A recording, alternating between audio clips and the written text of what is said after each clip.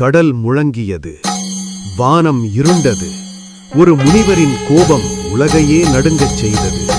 அவர் பரசுராமர். அதர்மம் பரவிய காலம் அது. தர்மத்தை நிலைநிறுத்த தன் பரசுவை கடலுக்கு எறிந்தார். அலைகள் பிளந்தன. புதிய பூமி பிறந்தது. அதுதான் கேரளா. ஆனால் பூமி இருந்தது, ஆன்மீக சக்தி இல்லை. அதை காக்கும் தெய்வீக ஒளி தேவைப்பட்டது. தியானத்தின் அகன்ற அமைதியில் ஒரு ஒளி தோன்றியது.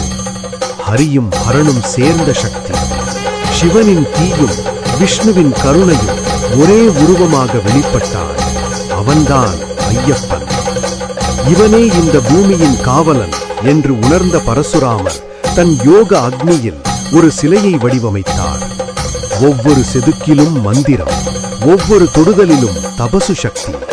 அந்த தெய்வீக சிலை நிறுவப்பட்டது அடர்ந்த மலை உச்சியில். அந்த மலை இன்று நாம் அழைக்கும் சபரிமலை. அந்த நாளில் தொடங்கிய பக்தி இன்று கோடிக்கணக்கான இதயங்களில் எரிகிறது. ஒரே முழக்கம், சுவாமியே சரணம் ஐயப்பா.